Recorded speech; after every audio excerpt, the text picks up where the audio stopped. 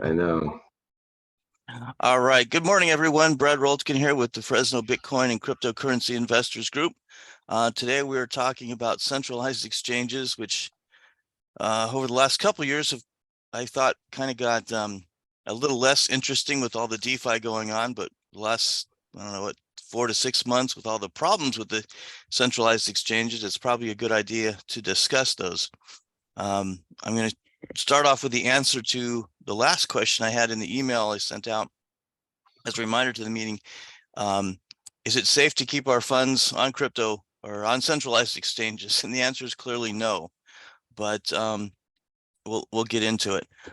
First, let's go around and just kind of discuss which exchanges we currently use, so we can maybe, if we're all using the same ones, maybe we don't need to discuss those as much. Maybe there's ones some of us are using and others haven't seen them, that kind of thing. So let me start. Like many of us, started with Coinbase. I still use it for moving some money into crypto, although I don't do a whole lot of that. I'm just trying to primarily earn more crypto with the crypto I have. But kind of my mainstays are Coinbase, KuCoin I really like, and what coin or Binance.us once in a while, and then once in a while I'll use Bittrex, and that's probably about it for the center. I thought I'd used more, but those usually cover most of what I need to do. So Chris, maybe let's go with you, and which ones are you using, or Well, and why maybe? sometimes it is crypto specific. So, for Mm. example, right now, in order to buy XRP, which I have a nice bag of, I actually have to go through Uphold, which that's the only cryptocurrency that I use when I buy from Uphold. I just buy XRP because no other exchange, at least in the US, has it right now. It's all been taken off. So for the most part, I would say that I use, like you said, Coinbase, Binance US. I have been known to use Crypto.com. I've been, as far as Kraken, I've used that. I have also used like my wallets, like for example, Exodus. If I want to kind of bring in the wallets, use something like MoonPay or something like that.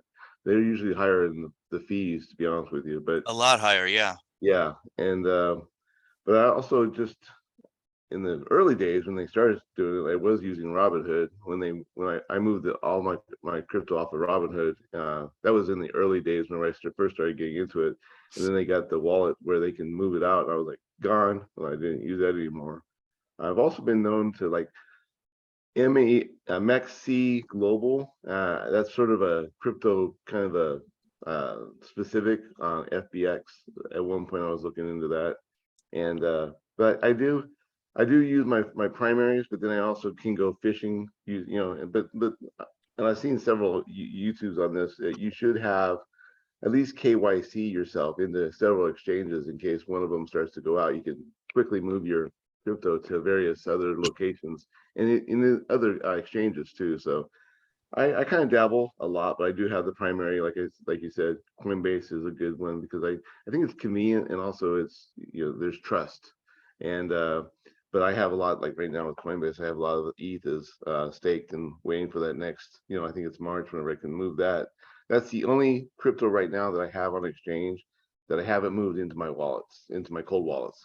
Uh, is the ETH that's staked on Coinbase. Okay, good. Yeah, and you mentioned crypto.com, which I use from time to time, and I kind of started using it a little more because of their debit card and the rewards. Mm-hmm. But then I found better rewards at Coinbase, so I'm kind of primarily there. And that good point about using or being set up with multiple exchanges in case one goes down.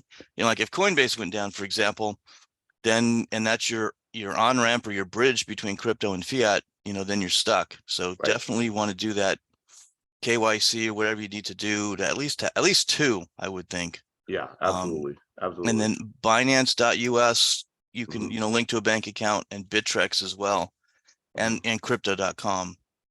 And Yeah, crypto.com seems to be good about not requiring a hold time when you move the funds over like some of the so other they do ones. have it. You have to have it 24 hours. You have to have the wallet address in your account for 24 hours. So it's sort of like a 24-hour hold time to make sure it's whitelisted. They need that 24 hours to make sure it's a legitimate, that you're not moving into a I don't know, moving for illegal purposes. No, that's going out of the exchange. Yes. Okay. Yeah, I was talking about going from your bank into the exchange. Oh, Like if you want to transfer $1,000, Binance and Bittrex are like 5, 7, 14, 10-day hold type of oh, thing. yeah. Before they'd let you buy the coins, but they wouldn't let you transfer the coins off of the exchange until that Gotcha. whole hold Gotcha. period kind of Yeah, I thing. haven't had any issues with moving it off.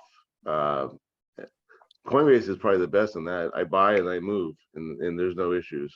But like for example, XRP, or I'm sorry, the Uphold with the XRP, and they just recently updated their system, so now it's taken 7 days. It used to be 65 days to move off your crypto off the exchange. Wow. And Yeah. in fact, my 65 days just came up last week. I moved it right away, and then I bought more. And they said that because I upgraded or did this Apple Pay, now it's going to take less than 7 days to be able to transfer it off. Okay. So that's Okay. a good Yeah. point. You have to Hey, find Brad. the exchange. Yeah. Go ahead, Scott. Yeah, just to be clear, you can move funds instantly through Coinbase as long as you have other assets that cover that difference. So for me, I do keep some assets on Coinbase. And part of the reason I do that is because I can transfer fiat in within a few seconds. It's available to me. I can Yes. convert it into crypto, and then I can move it off platform immediately because I have at least that much of another asset solid on Coinbase. Coinbase Right. holds for 3 to 7 days. Depends on what day of the week it is and whether or not there's any banking holidays and that kind of stuff. So it's not instantaneous unless you hold other assets. And this is something I tell people, is that if you want to move assets quickly, then the right answer is to hold a little bit of funds on the exchange so that they, when you make a deposit, they still have a guaranteed fund that covers the deposit in case it's reversed. That's actually So really good to know. Thank you and for so that. from my standpoint, I keep at least $1,000 on there so that I can put in $1,000 and pull it immediately. And you can literally turn it into something else and move it. And then you were talking about KuCoin and you were talking about Bittrex. And I also was thinking of Bitmart. All of those will allow you to go crypto to crypto in and out instantly. And all of those have big holds on fiat on ramping. So Right. when I want to go and get an asset that's only available on KuCoin, it's typically in a pair, and I typically need another crypto to do the exchange. So what I do is I go to Coinbase, I get the trading pair member, I transfer it to my KuCoin, and then I do the exchange on KuCoin, and then I move it off of KuCoin. So I'm only on KuCoin for a few minutes, and I'm going crypto to crypto instead of cash to crypto. And Right. this works on Bittrex and Bitmart. It works on Kraken. It works on KuCoin. All of these will give you some kind of a hold if you do fiat on ramping. But Coinbase does allow you to do an instant transfer as long as you still have some assets there. And Right. that I think is a real key. Yeah, good point. And it seems like the longer you've had your account, the higher the limits, they'll give you. I know. They have you can go and see you have to do authentication with Coinbase, and then your transfer limits are listed. So you can go look at your account settings and see what your limitations are. I think my current limitation is $35,000 a day. Yeah, And mine seems to I have jump never around. used anything big like that. I've never done anything like that. I'm not a $35,000 a day guy. Right. Not yet anyway. I got to get my crypto billions first. There you go. There you go. And yeah, again, good point about moving another coin to Coinbase. I usually recommend, if you can't do the exact one that's in the pair, I'll recommend Litecoin, because the transaction fees are so low, just to transfer it over. That works good for there. So what I have found with KuCoin is KuCoin will charge you fees for getting in and out of the pools and whatnot. But most of the assets that I've been interested in, I can either transfer Bitcoin or ETH, and there's a pair. So from that standpoint, I don't have multiple transaction fees to go between chains.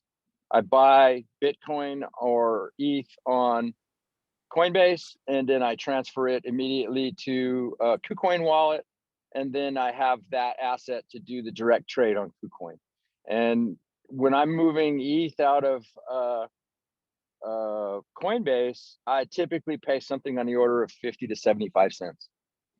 Oh, that's not bad. Okay.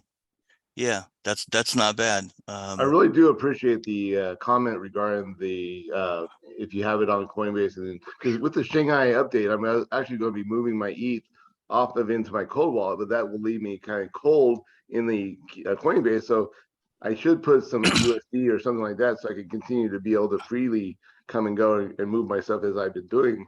Because if I don't have it staked, I won't be able to have that freedom. That's Yeah. right. Well, That's here's an right. idea on that, because like I mentioned, the rewards debit card that I use on Coinbase. So I'll transfer, $500 over to Coinbase to have in my, cash account, and then I can use that on my debit card. And I've tried to use everything I can on the debit card to earn 4% in XLM, and then you can swap it to whatever you want from there. So if you did something like that, you would have, whatever you want to keep for your daily or weekly spending in the exchange. Another question I have regarding KuCoin, I think whenever I started using it, there were some warnings about being a US user. Does anyone know about those?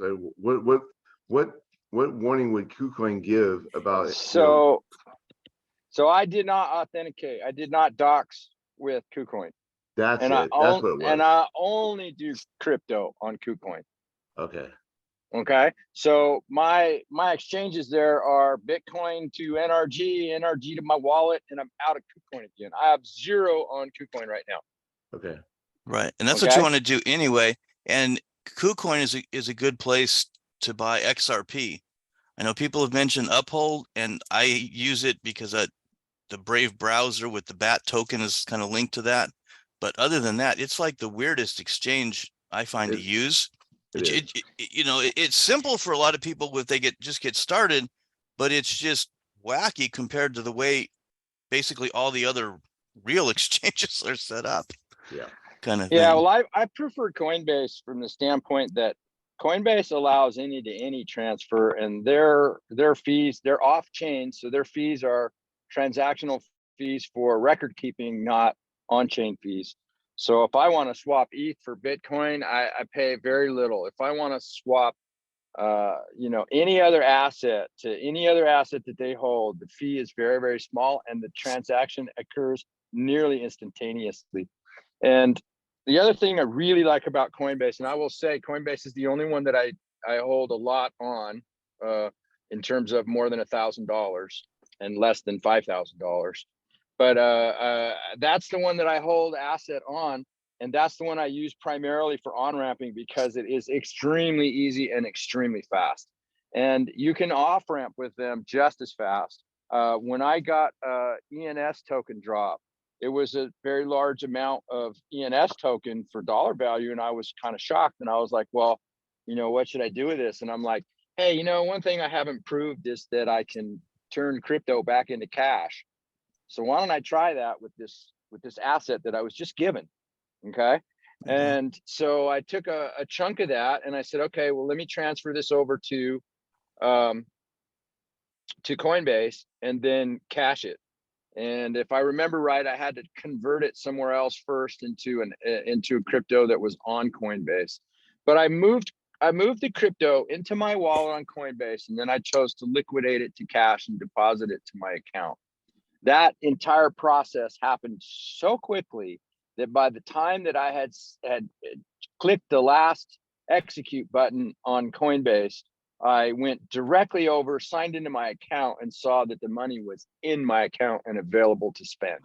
And it made me realize that I could be at the restaurant and have my credit card not working and not have enough money in my bank account. And I could liquidate crypto into the account and settle up with the restaurant and go home. And that to me, I thought was tremendously valuable insight. Yeah, they're getting better as far as the speed.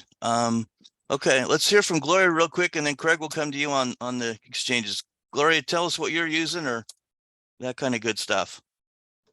Well, I started out with Coinbase. Thanks to you, Brad, you started me on this whole journey. Thank God. Well, Coinbase is user friendly, which I really like. And I went through several different exchanges and wallets. I'm down to Coinbase. Exodus I love because I could transfer XLM over to Exodus and then trade my XLM for more XRP.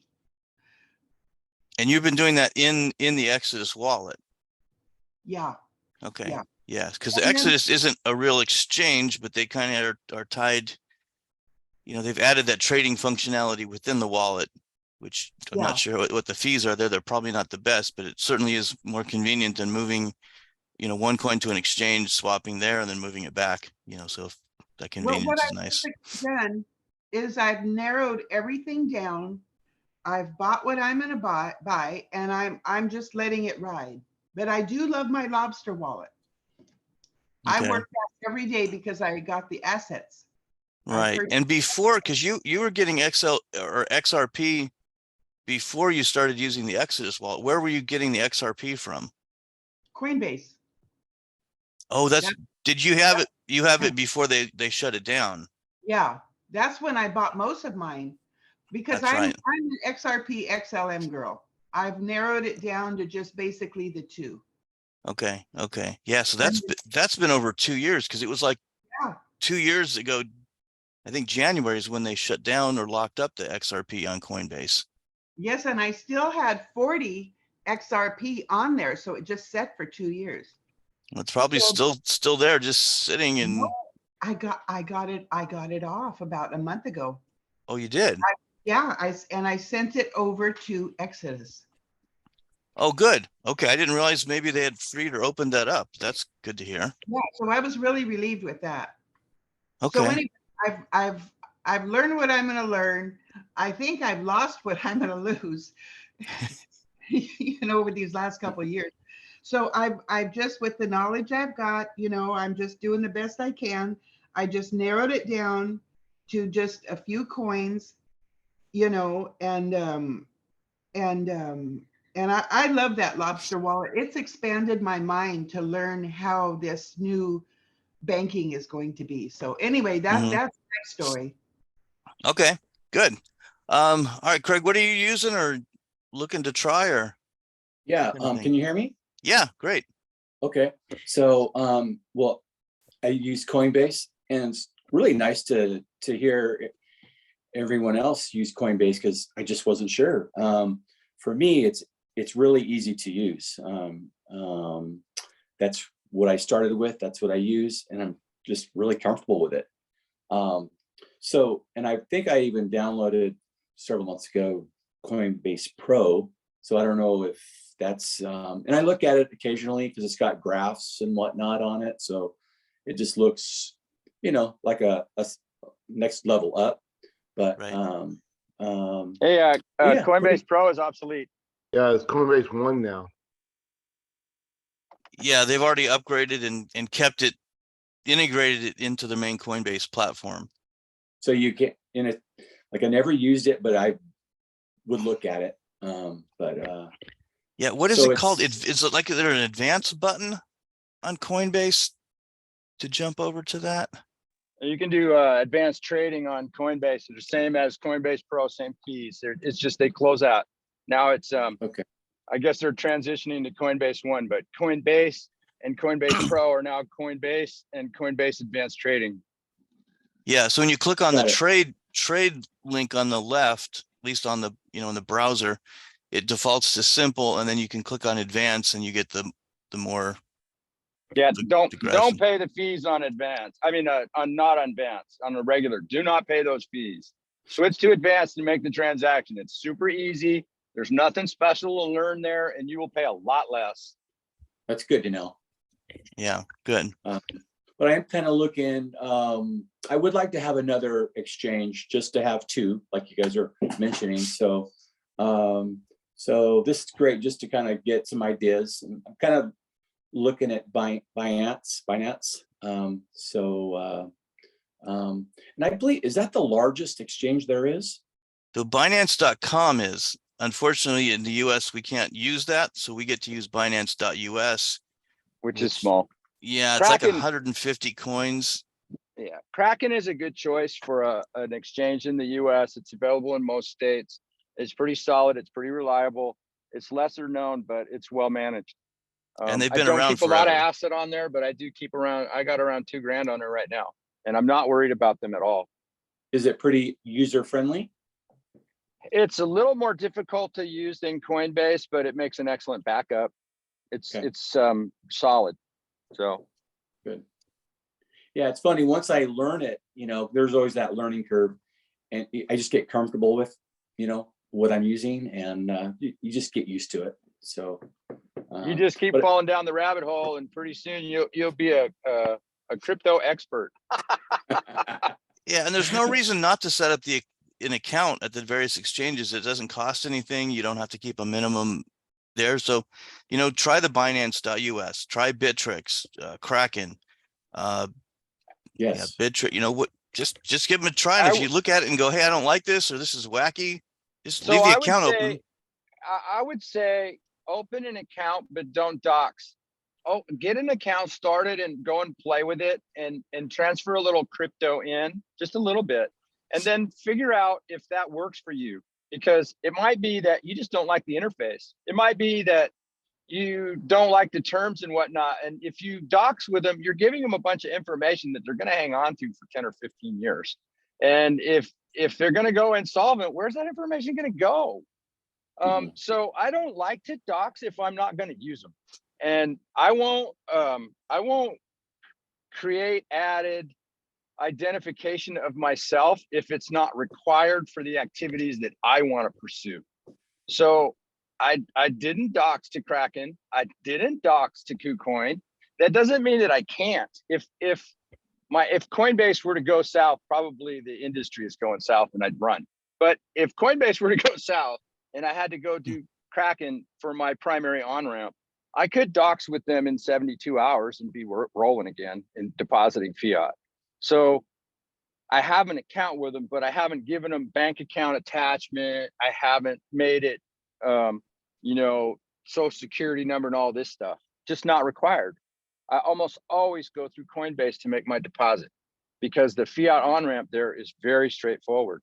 Having a backup is fine, but I wouldn't go and dox to 5 or 6 different exchanges. It's not required. Got it. Yeah, and it's usually less required if they're not linking to your bank account. Because like I said, Yeah. KuCoin, I go crypto to crypto and they don't care. I can go in and out all day. They do not care because it's on chain. Well, they're not touching the US banking system. It seems to be the big touching point. And they don't seem to support the US banking system either. If you're in Europe, you could do an account, your bank account there. But they're getting a little bit more stringent about wanting information than it was 4 years ago. But yeah, like you said, you go on there, play with it. And if you run into a roadblock that you need to do more verification, then you can decide then if how much you want to do, Yeah. if at all. That's a good idea. Yeah, and just you might just not see like how, the interface. Yeah, with just how I can navigate through it. So that's because I want to be comfortable using something that you're going to be putting money in. Right. Yeah, and you don't want to be learning everything when you want to get the money out. So get comfortable with it early on. Okay. Is there anything you're trying to do that Coinbase isn't doing for you? Not really. Lately, just with the way that the prices have gone down, I've just been really making purchases. Haven't really trying to exchange or turn into cash. It was funny. I was thinking about that just recently, that just to test it, just like take $100, Sure. and so I still wanted to see how that works. But yeah, it's, just making some purchase because the way I feel like it's pretty low, or it was low. It's just starting to go up again, but. Mm-hmm. Yeah, try that process of moving $100 back to your bank account, just so you know that it works, and not a big deal dollar amount, but hey, at least you're comfortable. Oh, that's how it works. a lot of times they'll say it's going to be 5 days and it'll show up in 2 days type of thing. So they're usually, you know, a little quicker than what they say, which is nice. I mean, at least the folks I've talked, I know Gloria's, you know, we talked and it was like going to be on a Thursday, and Monday night she texts, "Hey, it already showed up," you know, which is great kind of thing on that. So let's go to George. Michael, we're just kind of sharing info on the exchanges that we're using and hopefully learning from each other. So welcome. Hi, George. How are you? I think you're still muted there.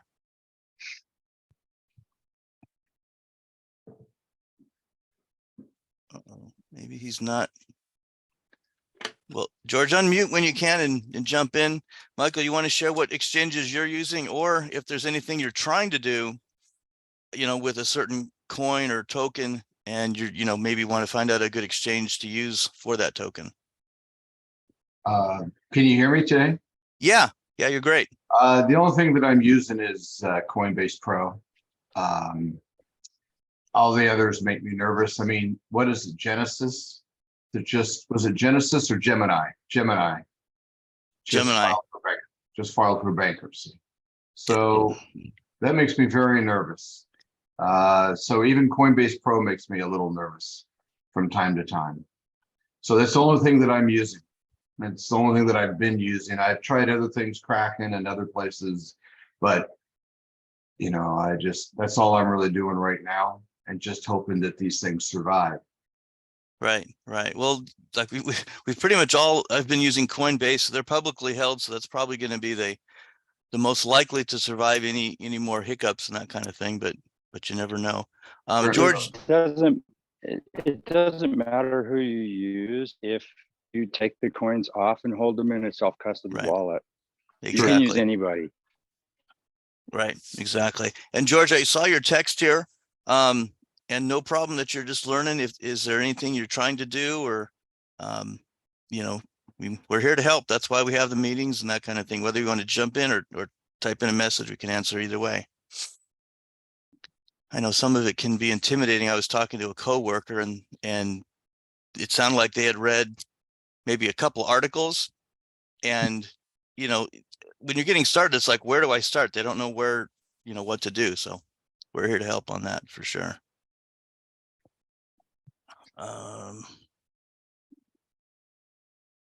I don't see anything else. Yeah, have you guys heard anything else? Any problems with any other exchanges? You know, any rumors? Or, I mean, it's almost like sad that we're talking about, okay, what's the list of exchanges that have gone down? I understand Genesis or Gemini went bad because they were a lending platform, and so they, you know, as the price of Bitcoin and everything came down, their leverage got too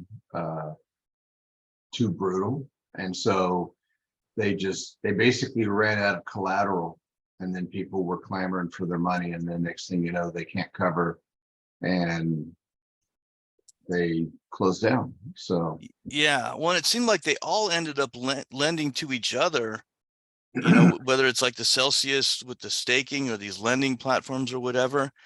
So the problems that they had weren't crypto problems, they were just business problems.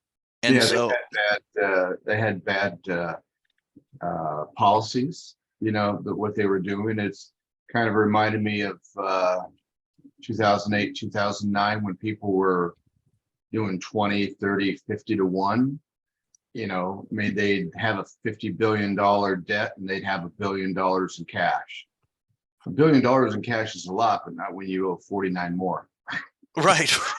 You know. Yeah, the whole margin thing, and that's bitten, you know, a lot of retail investors. I remember hearing, was it a year and a half ago, that one day when Bitcoin went down or something, there were like 700,000 margin calls on, you know, people trading. And I'm like, oh my gosh, because I mean, trading on margin in crypto just doesn't make any sense to me. I mean, maybe just to dabble, but that's just crazy.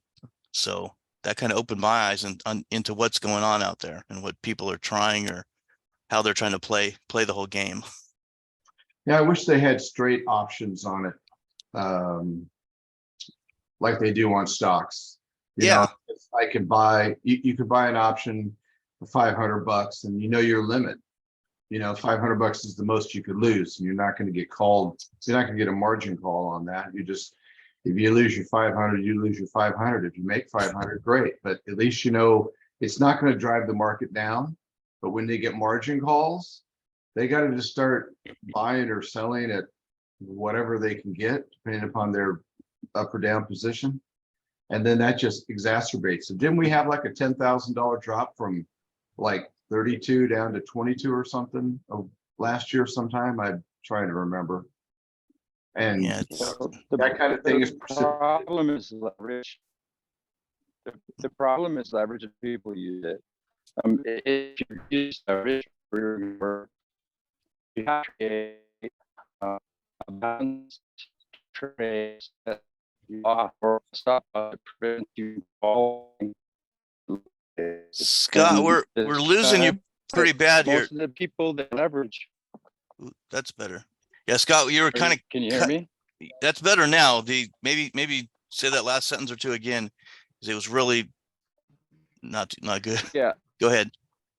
So when you run leverage, if you have a stop loss or you don't have a counter play to offset the challenge, then you lose. And a lot of people hear about this and they go after leverage, but they didn't know how to do it. Well, I think we lost him altogether. It must have been in a bad sell spot. George, great comment and great timing. He says, and he just posted this right when you started speaking, Michael. He says, is there any exchange or speculative trading of Bitcoins? I am also interested in options for Bitcoins. That way the return is much better. So yeah, unfortunately, not too much yet, at least for us little guys to be able to play. You haven't found anything, have you, Michael? No, I haven't found any true options. You know, you've got a date and a price at a particular point in time, and you've got a defined risk with, you know, 300, $500 or whatever the dollar amount is. And I wish they had something like that, but all they really have is futures and stuff. Right.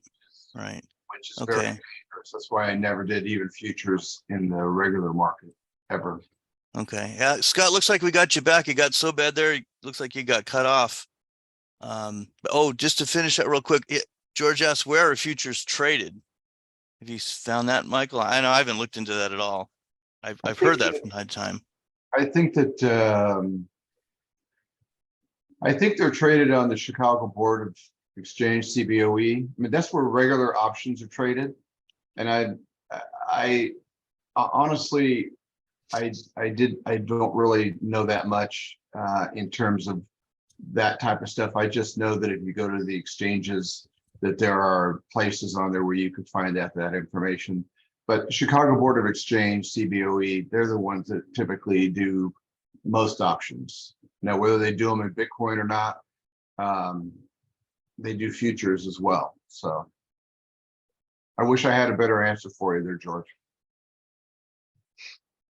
Yeah, it looks like I just Googled it and there's a cmegroup.com. That's the Chicago Mercantile Exchange. Yeah, and they're talking about micro Bitcoin futures and options. And options, okay. That's what it says. Let me share this screen and see what we can. Yeah, because they have the mini 500 futures. You know, you can trade a smaller contract. Yeah, this is still the futures. So, you know, futures can be very exciting. You can leverage quite dramatically with that. But if you get taken out, it could be in 5 minutes. It could be, you know, be very quick. Yeah. Yeah, so I guess I'm going to copy this link into the Google Doc we've got going here.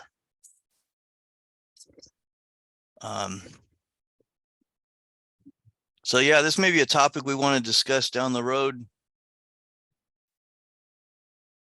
Oh, this is a question. Okay. I thought this was giving me options here. Okay. So it looks like there's some education here.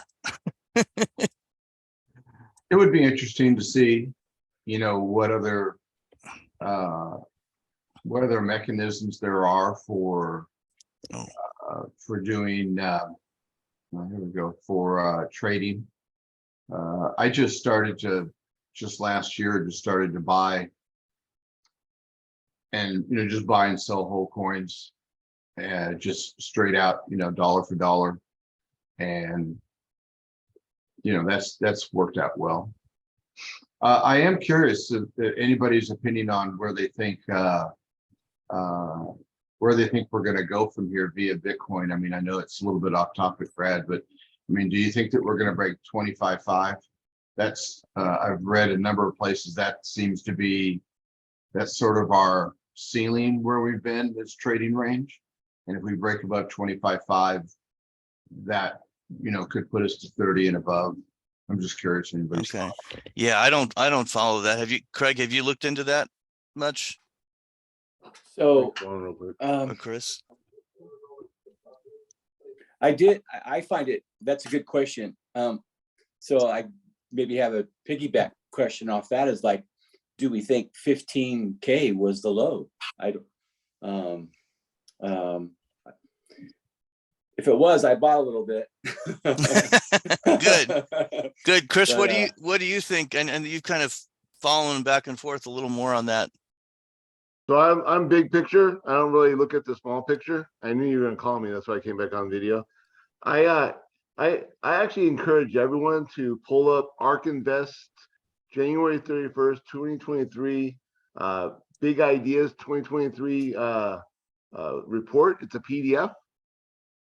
I would just do 2023 Big Ideas. Do Big Ideas. Let me see what I get here. Make sure You go like Kathy. second one down. yeah. Oh. Second one down.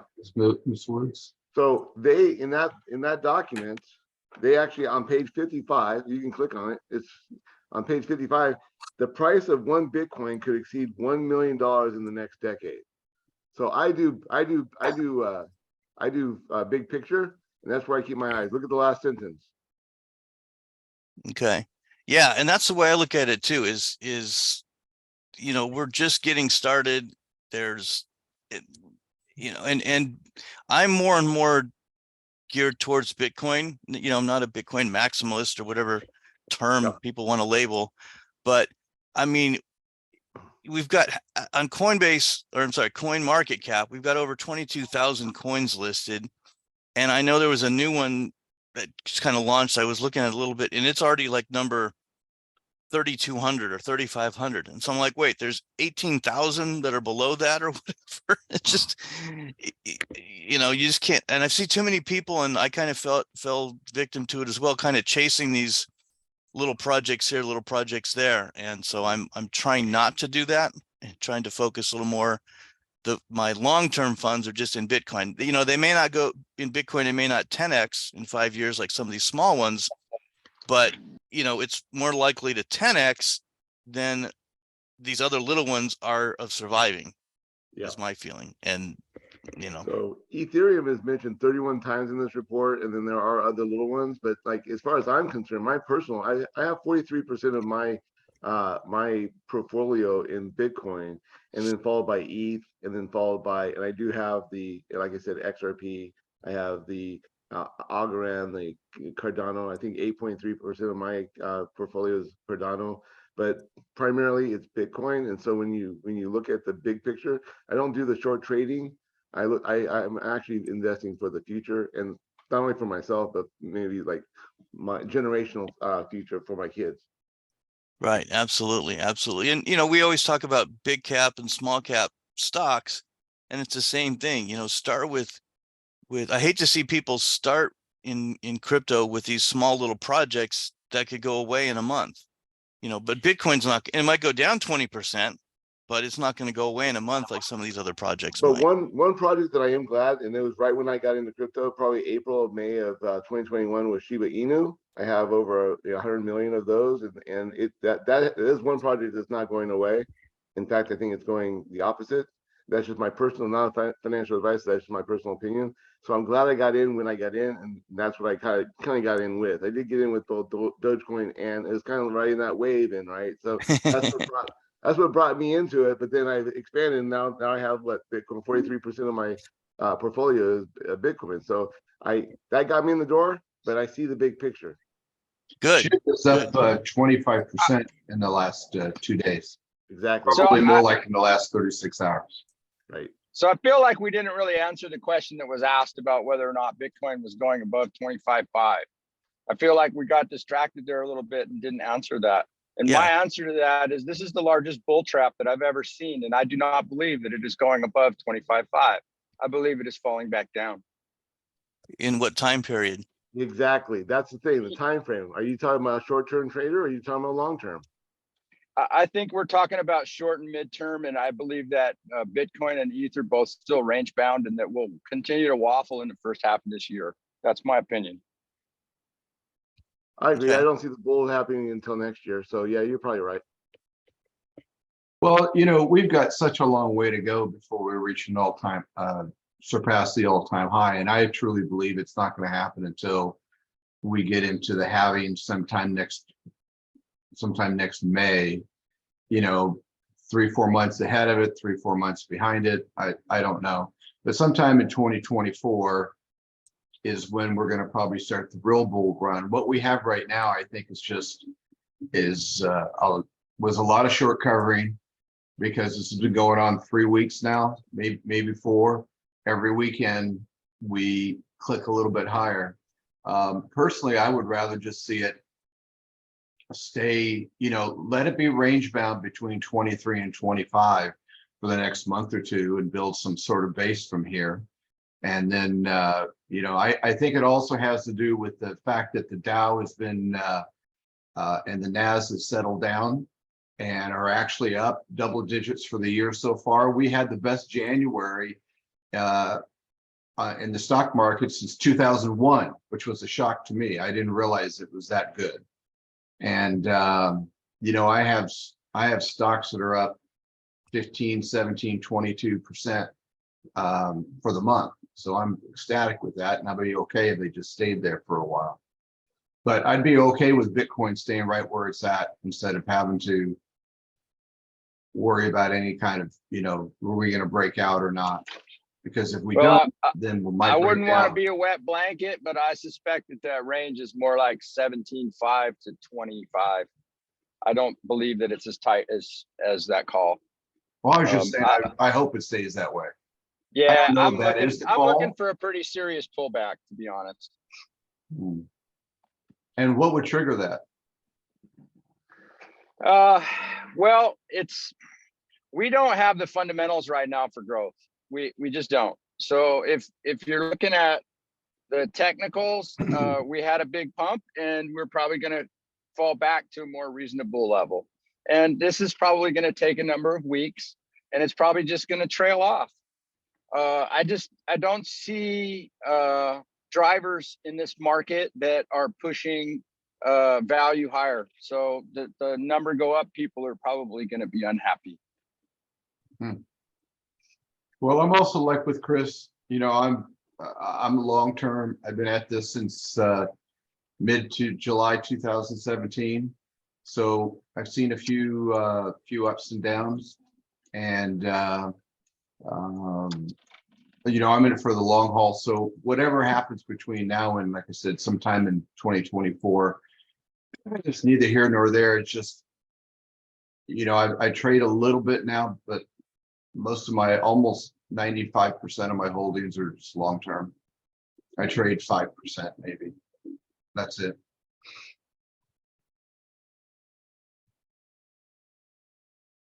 So Brad, are you there? Looks like we may have lost Bradley for a little bit. Well, he said he might have a coughing fit or something because he wasn't feeling well. So, okay. I think we still have time to DCA. I don't see big moves. I see a little bit of a rise, but I think we're gonna lose all that gain over the next 6 to 10 weeks.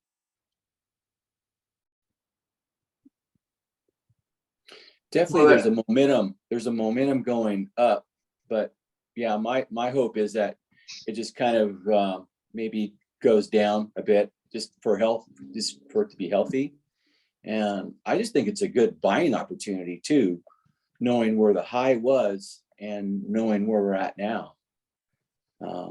It's Well, just, haven't been buying at 14 and 15 and ETH at 12 and 1300. I feel what you're saying, but I feel like right now is the time to wait for it to trail back before I average back in. yeah. You know, one other thing to keep in mind is that it is in the bigger perspective, like Chris was talking about, and that I was saying about the long-term hold. Like I said, I've been holding since 2017 on quite a bit. You know, whether you buy it at 20 or whether you buy it at 25, if it goes back to all-time highs, there's not much difference. I mean, it's $5,000 difference on a 75, 100, $150,000 asset. Well, the it's- difference between 20K to 100K and 25K to 100K is 4x versus 5x on your money. So being early understand that. I and understand being if near the you're- bottom is definitely more advantageous if you can do it right. And DCA is the right way to do it. Well, yeah, well, I've been DCAing since 2500. So, you know, most of my stuff is well under 10. So, but I understand what you're saying. I play the overall amount that I make. I don't really necessarily, personally, I don't necessarily look at the number of times that I'm 4 or 5 times. To be perfectly honest, 4 times, 5 times my money, both of them worked for me. And I'm just saying is that, you know, we all want to see it go lower so we can buy it lower. But the whole point is, the whole reason you're buying it lower is to see it go higher. So, you know, I don't know. That's just my philosophy. Everybody has their own. That's what makes it a market. And, you know, I mean, I'm not buying anything now. I bought when it went a little bit lower, but I also bought some at 23 before we got down to 17.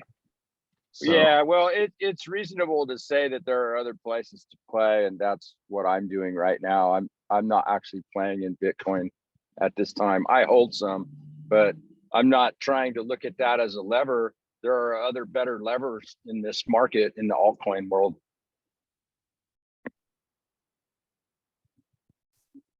yeah, like Chris was saying, SHIB has had a nice move here in the last couple of days. I own that. It's so funny. Some of the coin, he said he owns 100 million. You know, I own like 35 or 40 million. It's so funny that I own 40 million of anything. I mean, I don't know.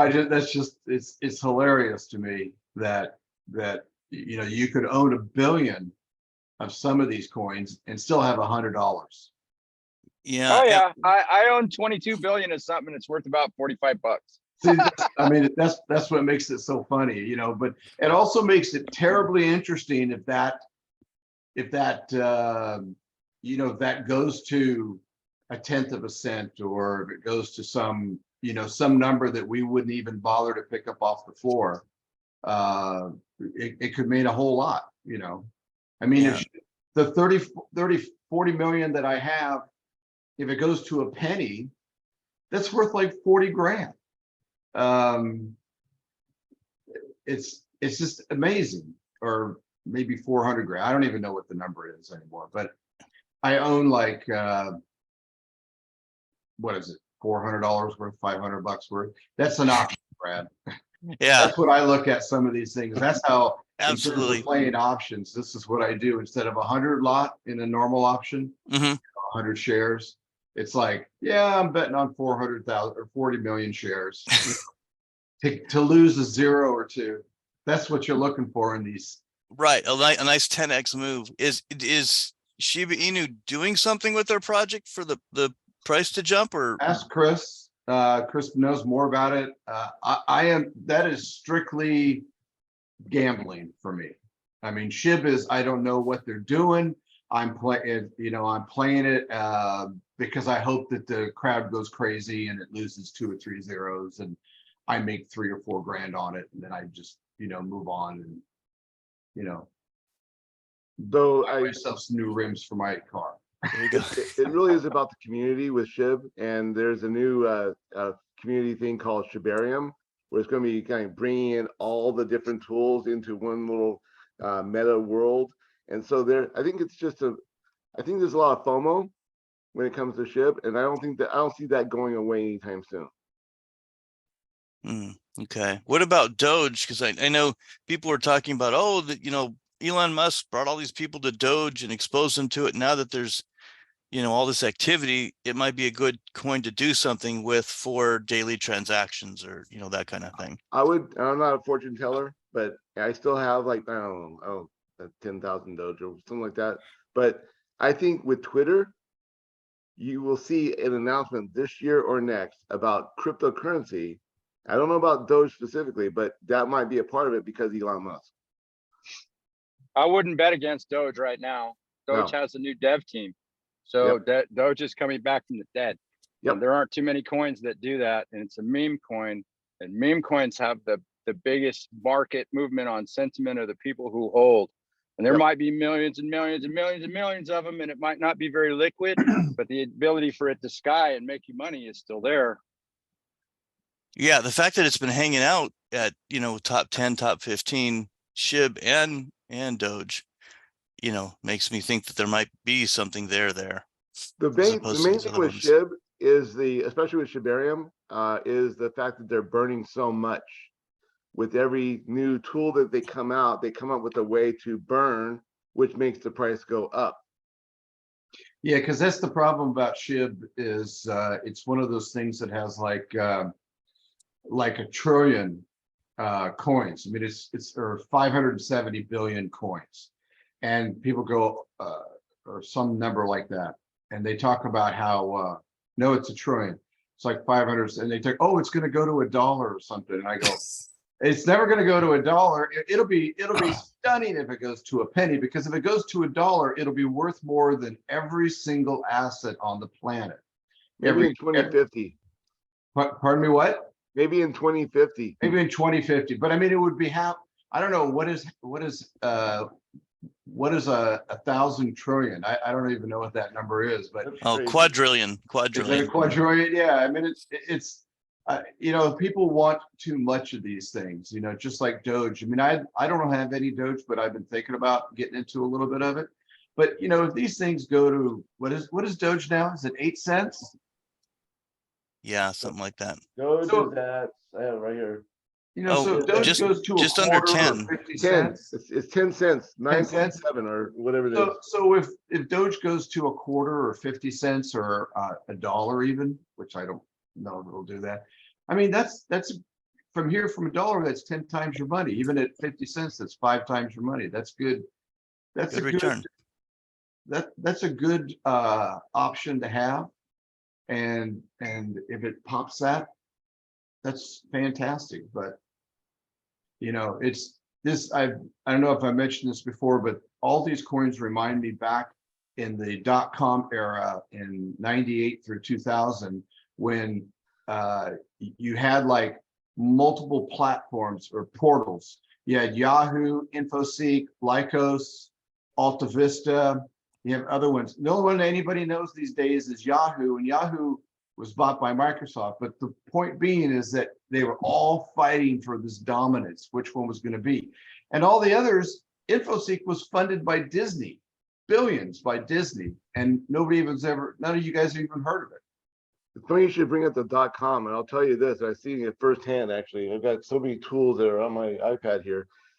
Right now in 2023, last year, of course, and the year before, NFTs and crypto, if you look at artificial intelligence right now and all the tools that are coming out, it reminds me of the .com with so many different, you just wonder who's going to win and how you're going to place your money. Even with the AI cryptocurrency, like Fetch AI or you have Ocean Protocol, those are going, if you look at those have like freaking skyrocketed. Look them up on crypto or Gecko. they've gone sky high, and they're going to continue to go sky high because that's the thing. That's reminding me right now of the .com era. Well, in AI right now, I was just watching something this week about that, and NVIDIA, the card maker, not only do they have the software, they have, the hardware, but they have software on top of that. And all this AI is built on top of these new cards or these new processors that they have coming out. And all AI is going to be built upon that. So Monday morning, I'm actually buying more NVIDIA. I know it's not crypto, but just off topic here with the AI, that's where a lot of this is going to be built, is on top of NVIDIA It's equipment. amazing. It's amazing. Yeah, and it's going to be, it's nothing. My wife I was telling her about that. I went to Chat GPT or whatever they call that, and I had it write me a letter, an email. I said, I was targeting a specific group of people, and within 20 seconds, it wrote out an entire email for me. Now, it didn't write much different than what I would have written. And she goes, "Oh, well, I thought it was really smart." I go, "It's 3 months old. It's only been out 3 months. You wait till it's like 3 years old and it's been able to connect to all the other stuff." It's And going what's scary is Chat GPT. That's the big thing. That's what- kind of like the bottom of the barrel when it comes to Yeah. AI right now. Yeah. That's for everyone else to see. Now there are things that you can pay for, but there's also things that are open that you don't really have access to. That's where you're creating images, you're doing all kinds of things, spreadsheets. They do it all for you. Chat GPT. Even Chat GPT is evolving. You're currently looking at Chat GPT 3, Yep. and Chat GPT 4 is more than 10,000 times more capable than Yeah, Chat that's what I'm GPT saying. 3. It's only 3 months old. So as time Yep. goes on, every month it's going to be substantially Exponential. smarter than it was. Yeah. It's like the difference between a 5.0 earthquake and a 6.0. It's a big deal every point up. It's the internet all over again, in a way. I mean, think It's about what? the 90s. It's the internet all over again. And think about the 90s, how it just kind of got better, and then that's what AI is going to do.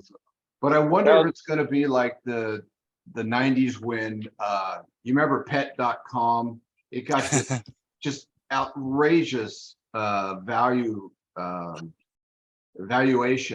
and it didn't have jack. It ran a commercial in the Super Bowl, which was like $3 million.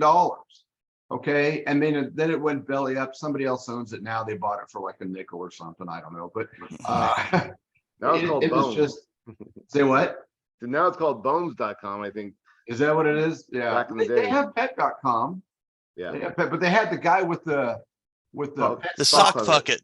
They had a pet sock on the Super Bowl, and people paid $3 million for that, and almost named a stadium. But anyhow, I wonder. So we if were that's talking gonna happen. we were talking about AI and the penetration of AI into your world. And one of the things that came up in my crypto group last week was we believe that you will have to have an AI to help fend off other people's AI. So it's going to be a thing where you're going to need your own assistant, and that assistant is going to help you from getting punked by other people. Yeah, Especially I can see legally, that. right? Especially legally. Yeah, not just legally, but the fact that AI is becoming so powerful, you're going to need a friend, and that friend's going to need to be on your side, and it's going to need to be an AI. And so the way the conversation evolved was some of our smarter people that are in machine learning and AI itself are saying you're going to have an assistant. If not, you're not going to make it, because it's not that long before AI is going to do essentially most of the jobs that you would do. And so things like writing content for the web is going to disappear. Technical writers going to disappear. It's going to be done by an intelligent machine. So people are going to have to look at what kinds of jobs can't be replaced by AI, and they're either going to have to learn how to drive AI to do their job, or they're going to have to do a job that AI can't do. And those are getting fewer and farther between. So how do you see AI becoming? How do you see the assistant thing working for us individually, personally? Well, think about an executive in a business. An executive in a business doesn't do all the work that he needs to do. He has an assistant or a secretary or a man Friday or whatever you want to call it. He has other people who do some of those tasks for him.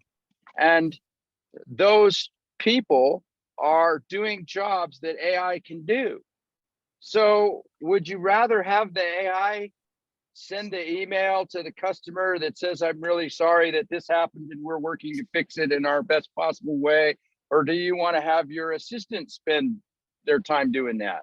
The AI is going to be faster. It's going to be more efficient. It's going to take into account things that you will never be able to take into account as an individual, because AI and machine learning is able to learn in n dimensions of relationship, and a human cannot do that.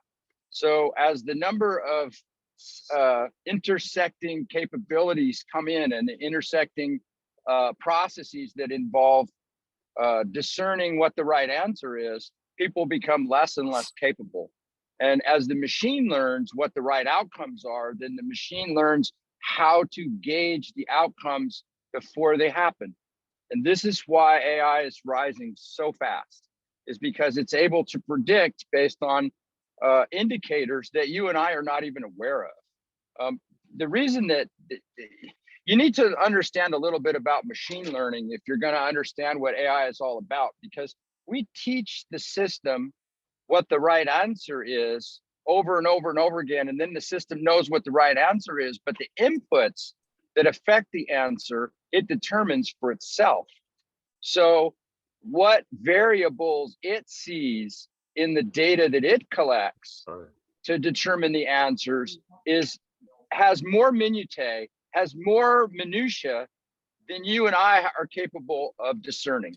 So as it becomes more intelligent about what the right drivers are for the answer is, it not only can it not explain those to you because there are too many or they are too minute, but it just does a better job than you do.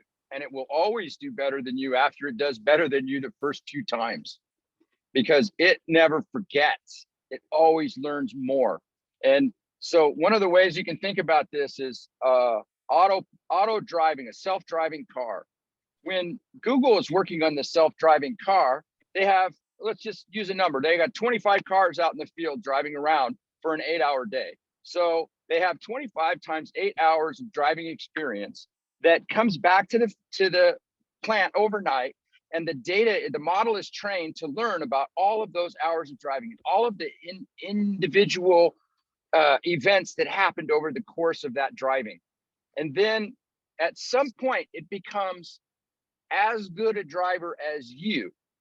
But tomorrow, it's going to drive another 8 times 25 cars, and it's going to get another few hundred answers, another 200 hours worth of training. And then it's going to be a better driver than you. Well, guess what? It's never going to be a worse driver than you after it gets that far. It's always going to be better than you. It has a shorter response loop, so its ability to correct turn angle, power, all those kinds of things, braking, is all better than you, because it can do it faster. It can do it with more precision. So eventually, these AI systems are just flat going to be smarter than humans. And if we don't learn how to manage that, then we as individuals will lose out. And that's part of why you're going to have AI help you with AI. Thank you. Yeah, Yeah, no worries. that we might have to take up that topic. Oh, in the there's some future with worries. some examples. Yeah, yeah. There's a tremendous amount of activity going on in the machine learning / AI world, and the growth is exponential at this point. And once the AI systems surpass us in terms of determining answers, then we don't need to put any input anymore. They're trained, okay, and they're still evolving. And this is going to happen in industry after industry after industry. And ChatGPT is just one example of a company that's whole focus is AI technology. It's called OpenAI is the company that made ChatGPT. And this is just one of their products. And oh, by the way, they've implemented this for companies when you're looking at Chat GPT, you're on the rails. It has limitations. It won't talk badly about anyone or anything. It doesn't do anything with sex or violence. It doesn't do anything with this, that, or the other. It won't predict a stock for you. And that's not because it can't, it's because they are limiting it. But they are also offering opportunity to license their AI technology and take those breaks off. So there are companies out there that are leveraging this kind of technology and doing things like saying, well, I want the brakes off on picking stocks. I want it to help me pick stocks, and I'm going to teach it what I want it to know. And then they're going to use that to be a better trader.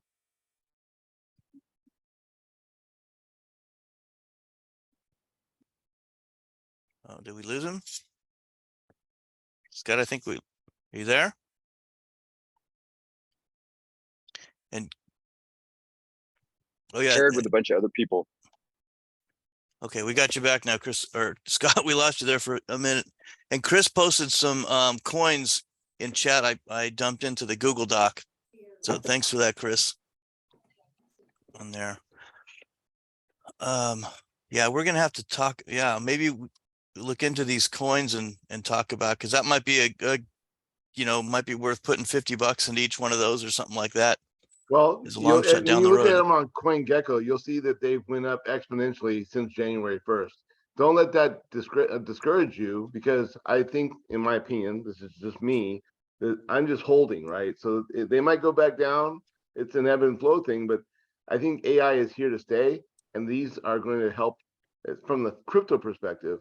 These are just the tip of the iceberg. There's so many that are, kind of popping up, and they will exponentially go up as well. But look, research them. Do your research. Look at these ones since January 1st and see how they went up. And then the future, look at them from the future perspective. Yeah, this AGIX just went ape duty the last couple hours. That's what I mean. That's Yeah. what I mean. So Well, I could people go. are aping in, and remember, the exuberance and the capabilities don't necessarily match. So when they sky, it's not the right time to buy. You have to watch for the pullback and be smart about when you're investing. Yep. And do your own research. But when it skies, I don't buy. I'm late. I Yeah. wait for it to come back down to a more reasonable price, and then I average in. Yeah, it was crazy because January 1st, I think I put $50 in on AGIX, and then it was already at 350 to 400 by January 18th or January 20th. Good deal. That's the kind of returns we like. That's not AI. Okay. Yeah, it's up 8 times since January, early January. Yep. Yeah, that's all right. Okay. Anything else to add run. on our main topic of the centralized exchanges? And the key is just make sure if you don't have a reason to, don't keep your coins on the exchanges, no matter who they are. Well said. 100%. Well said. Okay. George, any last minute questions we can help with or answer? Not, hopefully we can catch you next time, and we'll keep on learning together for sure. Okay, guys. Well, thanks for the meeting, and we will see you next month. I'll get that on the calendar there ASAP, and hope to see you folks in a couple of weeks here in town at me and Ed's. Always enjoy that. So have a good rest of your day, guys. Thanks, And everybody. take care. Thank you, Brad. Thanks for hosting. Everybody, yeah, appreciate your input. All right, bye.